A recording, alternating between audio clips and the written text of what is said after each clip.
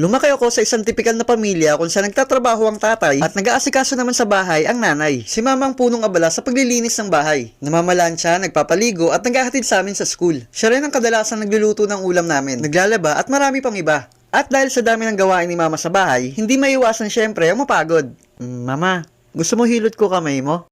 Bait-bait naman ang bunso ko. Basta mama, pengi 5.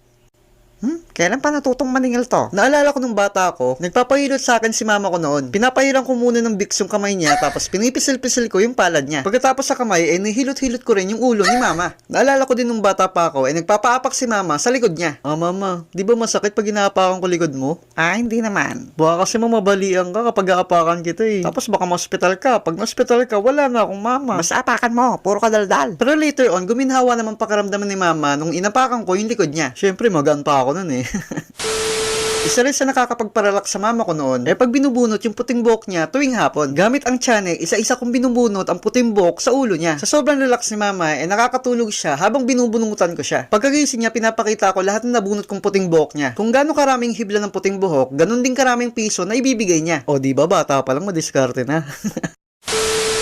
Gaya ng ibang mga nanay, merong mga linya si mama na tumatak sa amin noon. Jenny, Jeff, magsigising na kayo dyan, tanghali na. Para kayong mga anak mayaman, magsibangon na kayo dyan. Kuya Jeff! Kuya Jeff! Ano ba yun? Para makong break game. Kaya gising ko nga lang Isusubok kita kay mama. Ayaw mo kong pairamin.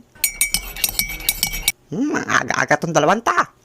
Di magsubong ka. Samahan pa kita Mama, si Kuya Jeff ayaw magpairam ng break game. Jeff, Jenny, pag-uuntogin ko kayong dalawa dyan. Ano, nagising na naman kayo? Buong araw na naman sasakit lalamunan ko sa inyo. Ikaw kasi. Imbis na ligpitin nyo na pinaghigaan nyo, tanghali na kayo nagsibangon dyan. Parang nakakuha kayo ng katulong dito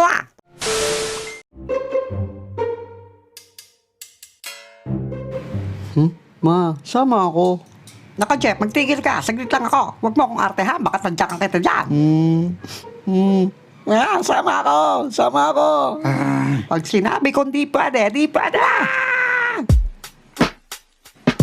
Ang mga nanay natin ang nadala sa atin sa sinapupunan nila ng 9 na buwan hanggang sa maipanganak tayo sa mundong to. Sila rin ang tinatawag na ilaw ng tahanan. Kaya ang video ito ay isang pagpupugay sa lahat ng nanay na nag-alaga, nag-aruga at gumabay sa atin sa mahabang panahon.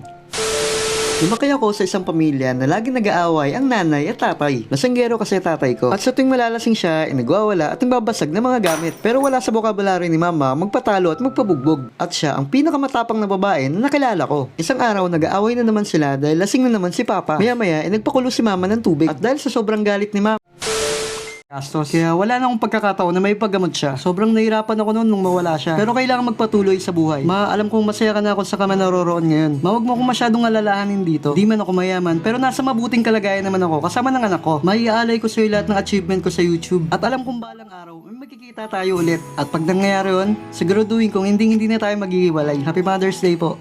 I miss you ma, mahal na mahal kita. Maswerte yung mga anak na kasama pa nila mga nanay nila hanggang ngayon. Yung iba baby pa lang, di na nila nasilayan mga mama nila.